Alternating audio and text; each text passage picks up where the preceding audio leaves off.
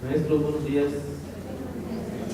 Es un honor estar con ustedes en estos espacios en los que amablemente la maestra Sora, maestro Ernesto, las autoridades de Iztapalapa nos invitan y con mucho gusto estamos aquí con la idea de venir a compartir un espacio que a veces es difícil de encontrar, al menos en el marco de la diversidad. Hacia la pedagogía de la convivencia es una orientación que nosotros estamos construyendo el día de hoy con la intención de poder iniciar o gestar procesos de diálogo. Diálogo en el marco de una situación que el día de hoy se está contemplando como una problemática. Ya lo iremos desagregando. Históricamente, en el marco del México actual, hemos vivido una fragmentación de nuestra educación. Y una fragmentación desde trabajar fundamentalmente con los diferentes. ¿Qué significa esto? Hemos trabajado históricamente con aquellas personas que manifiestan alguna diferencia. Históricamente hemos trabajado en el marco de las políticas públicas de manera fragmentada. El día de hoy, la reforma integral de la educación básica está buscando romper esa fragmentación. Históricamente también en el contexto internacional hemos vivido fragmentación, nosotros le llamamos la departamentalización de los ámbitos educativos. Esto nos lleva fundamentalmente a establecer una propuesta de trabajo que venimos desarrollando desde la producción literaria sobre lo que ha sido la inclusión como una aspiración en el marco social y la interculturalidad como un enfoque pedagógico. ¿Esto hacia dónde nos lleva? Nos lleva fundamentalmente a buscar diálogos. A veces existe comunicación, pero no existe diálogo. A veces existe esta especialización en el marco de los desarrollos pedagógicos, pero se sigue gestando procesos de fragmentación. Y en ese proceso existe una orientación hacia generar nichos que particularmente se gestaron desde el siglo XIX. ¿Qué queremos decir? En el siglo XIX se empiezan a gestar áreas de conocimiento. En el siglo XX se empieza o se intenta trabajar hacia los ámbitos multidisciplinarios e interdisciplinarios. El día de hoy, en el siglo XXI, estaríamos intentando trasladarnos hacia la concepción de la transdisciplinaridad. Ya no es fragmentar un todo y después tratar de unirlo y tratar de gestar procesos de vínculo, a veces forzado. La interculturalidad y la inclusión están ofreciendo un espacio histórico relevante para trabajar no solo la diferencia, sino trabajar y transitar hacia la convivencialidad. La convivencia como una no utopía, sino la convivencia como una necesidad, como nos dijera Freire en el marco de su proceso. La necesidad se construye, no es una carencia, no es una ausencia. La concienciación del sujeto es atender y construir necesidades. No partimos de tener necesidades. A veces este planteamiento de las necesidades se ha orientado hacia el postulado positivista de concebir una necesidad como una carencia, como una ausencia, como una debilidad o como una oposición a alcanzar algo. Freire, en su desarrollo conceptual, en su desarrollo práctico, nos ha ido estableciendo un margen muy interesante que nosotros recuperamos fundamentalmente. Las necesidades no son ausencias, las necesidades son construcciones. Y si nosotros tenemos una construcción de dialogar, la tenemos que construir. Si tenemos la necesidad de convivir, Y aquí referimos muchos ejemplos. Las diferencias nos dice Jimeno Sacristán. La sociedad misma está plagada de diferencias. Fuera de la escuela somos diferentes. Existe el hombre, existe la mujer, existe el carácter lingüístico de los pueblos indígenas, existen las personas con alguna discapacidad, pero parece ser que cuando llegamos a la escuela todos tenemos que ser iguales. De ahí empiezan las concepciones y es parte de lo que nosotros el día de hoy queremos venir a compartir con ustedes, con la idea posteriormente de trabajar un taller en donde podamos construir y hacer un puente de diálogos. Entonces, la dinámica que seguiremos la doctora y yo es ir dialogando. Intentamos dialogar y dialogar con ustedes. ¿Cómo? A veces desde acá también se ven las gesticulaciones, también las afirmaciones o negaciones. Y créanme que vamos a dialogar al menos, ¿cuánto nos dio? 4 horas. Buenos días a todos. Agradezco la invitación de la maestra Isaura y del maestro Ernesto, que siempre nos ofrece este espacio para compartir, poder dialogar y tener sobre todo interlocución, es decir, tener la posibilidad de réplica desde allá donde están ustedes y en la posibilidad de abonar en el asunto de la sociedad ideal. Toda sociedad, por definición, es diversa. Es decir, esa diversidad que en la escuela se convierte en un problema, afuera también lo es. Pero tiene que ver con un punto de partida, con una mirada, con una perspectiva. La idea de la igualdad debe prevalecer. Hay una igualdad de derechos y una condición de igualdad que estamos obligados a defender en el marco de las sociedades plurales. Es decir, la desigualdad es un concepto diferente a la diversidad cultural. Y me parece que en el ámbito educativo, en estos últimos 20 años de reformismo curricular, hemos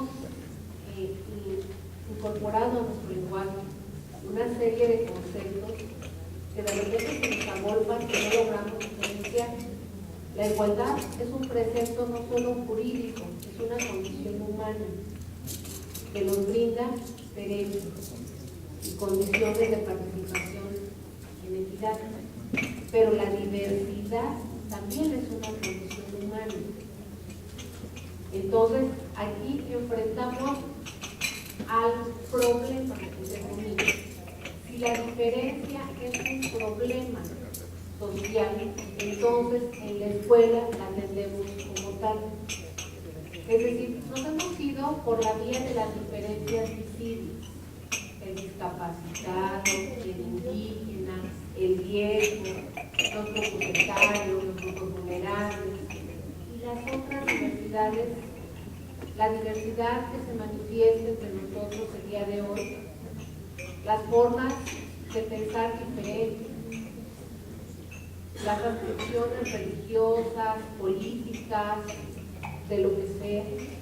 Si nosotros nos miramos con el compañero de al lado y vemos el tono de piel, es diferente, el color de cabello es diferente, la edad es diferente. Entonces, las grandes preguntas tienen que ver si la diversidad en una sociedad plural es un problema. Y entonces en la escuela también tiene que ser tratada como un problema.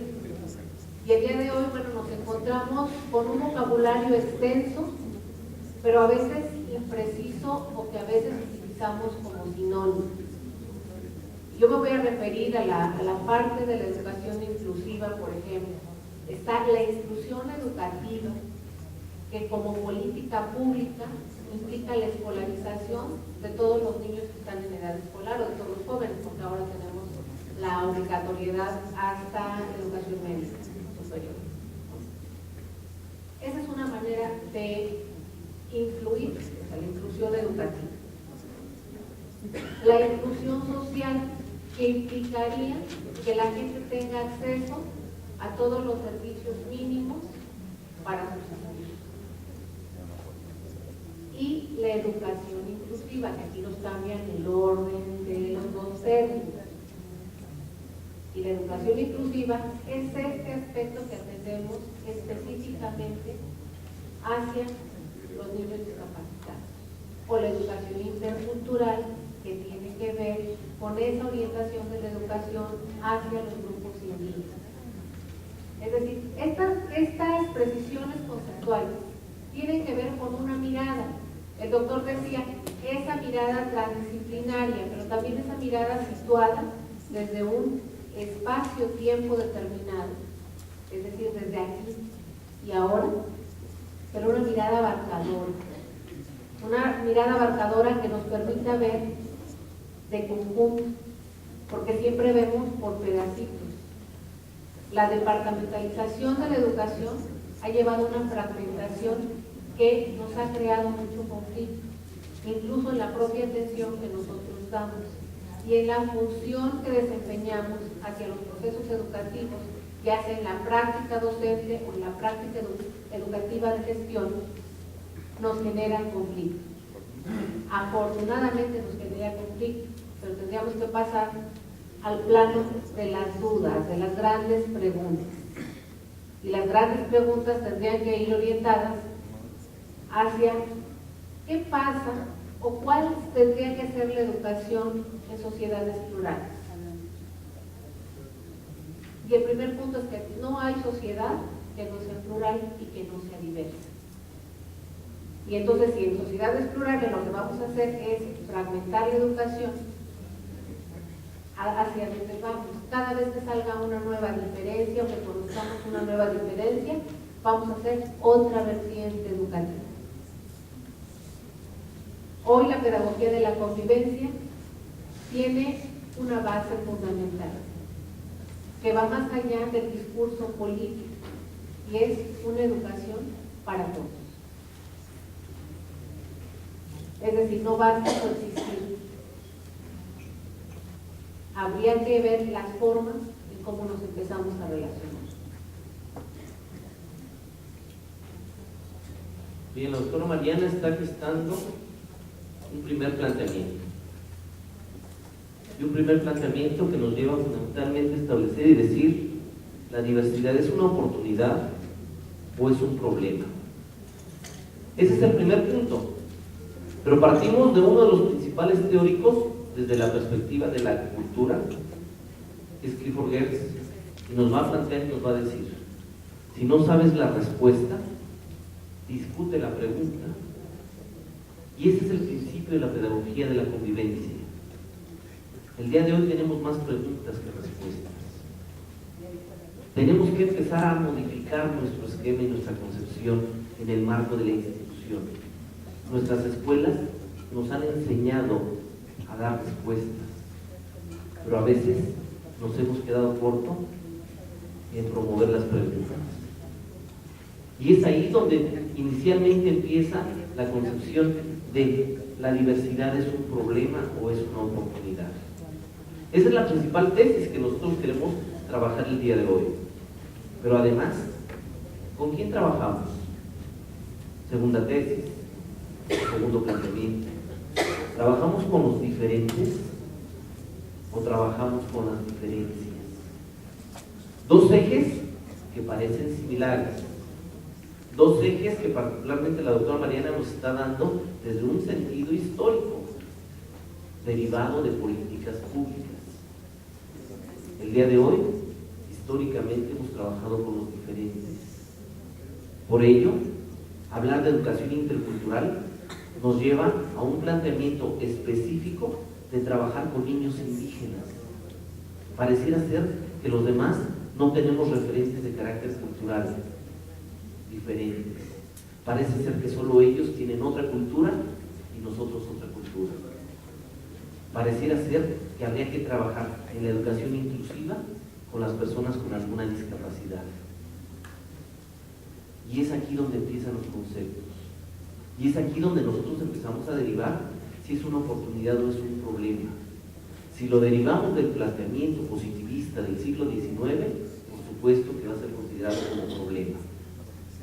Por supuesto que va a ser concebido como una situación adversa, y dice el planteamiento positivo, todo aquello que sea adverso, todo aquello que sea negativo, lo tratamos, lo hacemos positivo y fin de la conversación. Y es donde finalmente el día de hoy nuestra sociedad está gestando un conjunto de situaciones. Punto central: estamos en la incertidumbre. Y una incertidumbre que está derivada de una concepción en el marco de la modernización. Hay autores que llaman, y a esta sociedad le llaman sociedades líquidas, porque se están diluyendo, se están yendo. Y esa incertidumbre nos está gestando que difícilmente podremos empezar a gestar respuestas inmediatas. Metodológicamente nosotros traemos una concepción metodológica de decir, una buena pregunta es aquella que va a gestar nuevas preguntas. Una mala pregunta es aquella que da respuestas fáciles e inmediatas. Y eso es lo que nosotros vamos visualizando hacia problematizar. Y aquí estamos problematizando en esta intención. ¿La diversidad es un problema o es una oportunidad?